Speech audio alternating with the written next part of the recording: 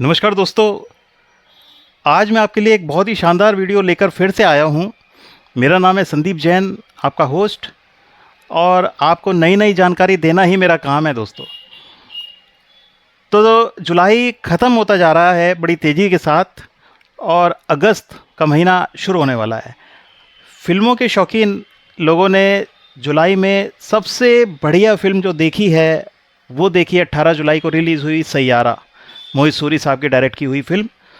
और अहान और अनीत ने उसके अंदर क्या शानदार काम किया है। फिल्म के गाने मशहूर हो ही चुके हैं, फिल्म का संगीत मशहूर हो चुका है, लोग फिल्म के दीवाने हैं। लव स्टोरी को एस्टेब्लिश करने वाली ये एक फिल्म बन चुकी है दोस्तों।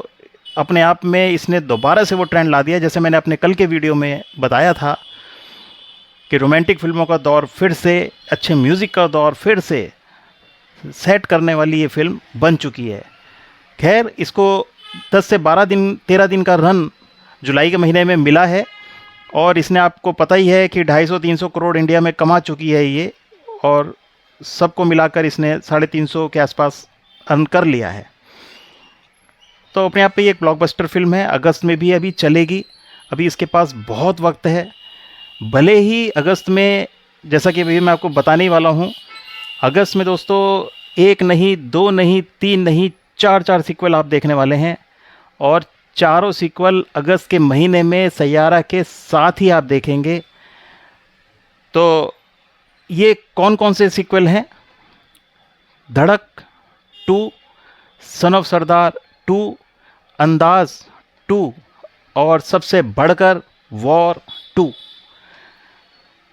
तो दोस्तों ये 4 फिल्में अगस्त में आपके सामने आने वाली हैं। आपके लिए ये छांटना मुश्किल होगा कि आप कौन सी फिल्म देखने जाएंगे। डिपेंड करता है आपका टेस्ट क्या है। आपको एक्शन फिल्म देखनी है तो आप बेहिचक वॉर 2 में जाइए। आपको रोमांटिक फिल्म देखनी है तो आप धड़क 2 में जाइए। अगर कॉमेडी फिल्म देखनी है तो सन ऑफ सरदार तो है 2। तो ये चारों फिल्में अपना अपना सीक्वल लेकर आ रही हैं। अब मैं आपको बड़ी जल्दी में बताता हूँ कि सीक्वल कोई भी प्रोडक्शन हाउस बनाता क्यों है। सबसे बड़ी वजह दोस्तों सीक्वल बनाने की यही होती है कि पहली फिल्म की जो ब्रांड वैल्यू बन चुकी होती है, उस ब्रांड वैल्यू को एनकैश करने के लिए ही प्रोड्यूसर दूसरा सीक्वल बना के रेडी रखता है। उसको पता है कि लोगों के जहन में पहली फिल्म का नाम, पहली फिल्म की स्टोरी, पहली फिल्म की स्टार कास्ट, उसका म्यूज़िक, सब कुछ उसके जहन में है। और जब उसी का हम एक सीक्वल लेकर आएंगे उसके सामने, तो पहले हफ्ते में फिल्म अपनी लागत 100% वसूल कर लेगी, ऐसा उसका मानना होता है। और ऐसा ज़्यादातर केस में होता भी है। चाहे आप वो गोलमाल है, चाहे वो हेरा फेरी है, चाहे वो हाउसफुल है। हाउसफुल की तो लाइन लगी हुई थी, कितने उसके बन गए सीक्वल कुछ नहीं मालूम, और सभी ने कमाया मोर और लेस, कम ज़्यादा, लेकिन प्रॉफिट में ही गई। उसका जो आखिरी सीक्वल लास्ट आया था उसमें भी वो, लेकिन इतनी महंगी प्रोडक्शन वैल्यू थी, 300 करोड़ तो उसकी लागत ही थी, तो इसलिए वो इतना नहीं कमा पाई, उसका बज़ भी इतना नहीं था। बट फिर भी सीक्वल में एक सेफ गेम प्रोडक्शन हाउस खेलता है और ज़्यादातर उसमें वो सक्सेस होता ही होता है। अगर आप धड़क की बात माने तो धड़क ने 2018 में दोस्तों 41 करोड़ की लागत से 112 करोड़ कमाए। सन ऑफ सरदार ने सन 2012 में 67 करोड़ की लागत से 161 करोड़ कमाए। अंदाज 2003 में आई थी और उस वक्त उसने मात्र 9 करोड़ की लागत में उसने 16 करोड़ कमाए थे। 2003 की बात है दोस्तों, तो उस वक्त 9 करोड़ भी बहुत बड़ा अमाउंट था और उसने 16 करोड़ कमाए, यानी लगभग 2 गुना आप कह सकते हैं।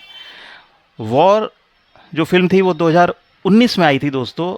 इन सब में सबसे महंगी फिल्म कहूँगा मैं, 170 करोड़ का उसका बजट था, लेकिन उसने जो कमाए थे 450 करोड़, यानी 475 करोड़ उसने कमा डाले थे उस वक्त।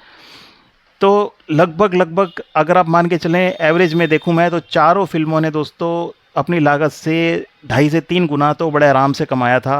अपने समय की सुपरहिट फिल्में रही हैं। लेकिन जो खास बात मैं आपको बताने वाला हूँ, इस वीडियो को बनाने का मेरा मकसद भी यही था कि सीक्वल क्यों बनती है और उसके अंदर होता ही क्या है। तो इसमें खास बात यह कि इन चारों सीक्वल जो अगस्त में आने वाली हैं, इन चारों में प्रोडक्शन हाउस सेम है, लेकिन चारों के डायरेक्टर बदल चुके हैं, चारों की स्टार कास्ट में भी बहुत भारी परिवर्तन है। प्रोडक्शन वैल्यू बदल चुकी है, प्रोडक्शन कॉस्ट बदल चुकी है, सारा माहौल बदल चुका है। बदला क्या नहीं है? बदला नहीं है जो पहले एडिशन में जो स्टोरी आई थी, जो कॉन्सेप्ट था, उसका एक्सटेंडेड पार्ट आप इसमें देखेंगे, बिल्कुल हटके कुछ नहीं होगा। उसी की यादों पर ये फिल्में अपने आप को कैरी करेंगी, उसी नॉस्टैल्जिया को ये आगे लेकर जाएंगी। ऑडियंस के साथ कनेक्ट होने के लिए सबसे अच्छा तरीका होता है, अगर कोई अच्छा प्रोड्यूसर है, अच्छा डायरेक्टर है, तो जिस चीज़ को जहन में लेकर ऑडियंस थिएटर में आई है, अगर उसी चीज़ का वो एक्सटेंडेड पार्ट देखते हैं, उसकी फीलिंग को लेकर, उसकी जो आत्मा है, अगर उनको सेकंड उस जो सीक्वल है उसमें मिलती है, तो वो वसूल हो जाती है और प्रॉफिट कहीं नहीं गया, बढ़िया प्रॉफिट सीक्वल भी कमा के ले जाता है। सबसे पहले मैं बात धड़क 2 की ही करूँगा। धड़क और धड़क 1 में बदला क्या है और क्या सेम है। दोस्तों, धड़क फिल्म जो 2018 में आई थी, उसमें उस फिल्म को उस फिल्म को शशांक खेतान जी ने डायरेक्ट किया था। शशांक खेतान जी ने डायरेक्ट किया और उसमें Ishaan Khatter as a lead hero थे और जाह्नवी कपूर ने डेब्यू किया था उस फिल्म में। और दोनों की जोड़ी को बहुत पसंद किया गया था। स्टोरी भी बहुत अच्छी थी, म्यूज़िक बहुत अच्छा था, और करण जौहर धर्मा प्रोडक्शन के बैनर में वो फिल्म बनी थी, तो नो डाउट वो रीमेक फिल्म थी, ये भी बताता चलूँ आपको। तो अच्छा उसने बिजनेस किया। लेकिन जो धड़क 2 है दोस्तों, उसमें डायरेक्टर बदल दिया गया है। उसमें डायरेक्टर अब शाजिया इकबाल हैं, और जो स्टार कास्ट उसकी है वो भी चेंज हुई है। उसमें Tripti Dimri as a lead heroine, और जो हीरो हैं वो हैं सिद्धांत चतुर्वेदी। तो ये भी आप इसमें एक बदलाव देखेंगे। बट हाँ, वो आपको जो फीलिंग आएगी, वो जो धड़क का जो नॉस्टैल्जिया है, वो तो आप इसमें देखेंगे। तो इसलिए रोमांटिक फिल्मों में आप सेफली जाकर देख सकते हैं धड़क 2। करण जौहर का नाम भी काफ़ी है प्रोडक्शन वैल्यू के लिए। लेकिन सन ऑफ सरदार 2 की अगर मैं बात आपसे करूं, तो दोस्तों, जो सन ऑफ सरदार जब आई थी तो उसको डायरेक्ट किया था अश्विनी धीर जी ने, और ये फिल्म 2012 में आई थी। अश्विनी धीर ने जो फिल्म डायरेक्ट की, उसके अंदर अजय देवगन इसके प्रोडक्शन हाउस थे, ज़्यादातर वही रहते हैं आजकल। अजय देवगन ने ही वो फिल्म प्रोड्यूस की थी, और उसमें as a lead actor Ajay Devgn थे, और साथ में कॉमेडी संजय दत्त की आपने देखी होगी उस फिल्म में, सोनाक्षी सिन्हा थी। तो तीनों की तिकड़ी बहुत अच्छी थी उसमें। वो फिल्म अपने आप में फिर भी एक बड़ी अच्छी प्रेजेंटेबल फिल्म थी। कमाया भी उसने अच्छा था, सुपरहिट फिल्मों की कैटेगरी में रही थी। लेकिन फिर भी दोस्तों, मैं कहूँगा सन ऑफ सरदार 2 में as a director Vijay Kumar Arora जी आ रहे हैं, और ये फिल्म भी अजय देवगन के ही प्रोडक्शन हाउस ने प्रोड्यूस की है। और इसमें मृणाल ठाकुर को आप देखेंगे सोनाक्षी सिन्हा की जगह पर, और अजय देवगन तो वहीं पर हैं। तो ये फिल्म भी एज ए कॉमेडी फिल्म आप देख सकते हैं। अगस्त के महीने में चारों में से एक सीक्वल ये आपको देखने को मिलेगा। चारों में ही जोनर अलग अलग है, ये एक अच्छी बात है। सैयारा सीक्वल नहीं है, वो तो इनके साथ साथ पैरेलल में अपना बिजनेस बढ़िया करेगी। अगर आपने अभी जुलाई में आपसे चूक हुई है, तो आप अगस्त में उस फिल्म को भी देख डालिए। अब इसके बाद दोस्तों, अंदाज़ की बात मैं करूँगा। अंदाज़ ने तो पहले अपने एडिशन में भी ज़्यादा अच्छा, बहुत अच्छा तो मैं नहीं कहूँगा, हिट की कैटेगरी में भले ही रही है, वो सुपरहिट नहीं थी। उसके डायरेक्टर उस वक्त राज कंवर थे। राज कंवर का नाम उस वक्त बहुत मशहूर था दोस्तों। राज कंवर ने दीवाना, जीत, बादल बॉबी देओल की, सलमान खान और सनी देओल जीत में थे, दीवाना शाहरुख खान आपको याद ही होगा। तो ये फिल्में, इतनी शानदार फिल्में देने वाले राज कंवर ने पहला एडिशन उसका डायरेक्ट किया था अंदाज़ का। दूसरा अंदाज़ 2 जो अब फिल्म आ रही है दोस्तों। अच्छा हाँ, जो मैं आपको एक और बताऊं कि अंदाज़ 1 जो फिल्म थी, उसमें प्रोड्यूसर थे सुनील दर्शन और उसके डायरेक्टर राज कंवर थे। लेकिन जो अंदाज़ 2 आप देखेंगे अगस्त में, उसमें प्रोड्यूसर भी सुनील दर्शन है और डायरेक्टर भी सुनील दर्शन है। ये एक अलग बात है। तो ये आप उसके अंदर एक बहुत बड़ा बदलाव देखेंगे। और अंदाज़ के पहले वर्जन में जहाँ स्टार कास्ट इतनी सॉलिड थी दोस्तों, अक्षय कुमार, लारा दत्ता और प्रियंका चोपड़ा, एक बहुत ही बढ़िया वो थ्रिलर फिल्म थी। अंदाज़ 2 में स्टार कास्ट सारी नहीं है। आयुष कुमार हैं, उनके साथ नई हीरोइंस हैं। हर फिल्म के बारे में मैं आपको बाद में डिटेल अलग अलग भी दूंगा, जैसे जैसे ये फिल्में रिलीज़ होंगी इनके रिव्यू भी आपको मैं दूंगा और इनके कलेक्शंस के बारे में भी रिपोर्टिंग करता रहूँगा। आप मेरे चैनल पे बने रहिएगा, लाइक शेयर भी ज़रूर करिएगा और सब्सक्राइब प्लीज़ कर लीजिए, हौसला बनता है। अब मैं आता हूँ दोस्तों, जो सबसे प्रॉमिसिंग फिल्म आने वाली है अगस्त में, इन चारों सीक्वल में जो सबसे प्रॉमिसिंग फिल्म है मैं आपको पहले ही लिख कर दे रहा हूँ। वॉर 2 अपने आप में सैयारा के कलेक्शन को, छावा के कलेक्शन को टक्कर देने वाली फिल्म होने वाली है।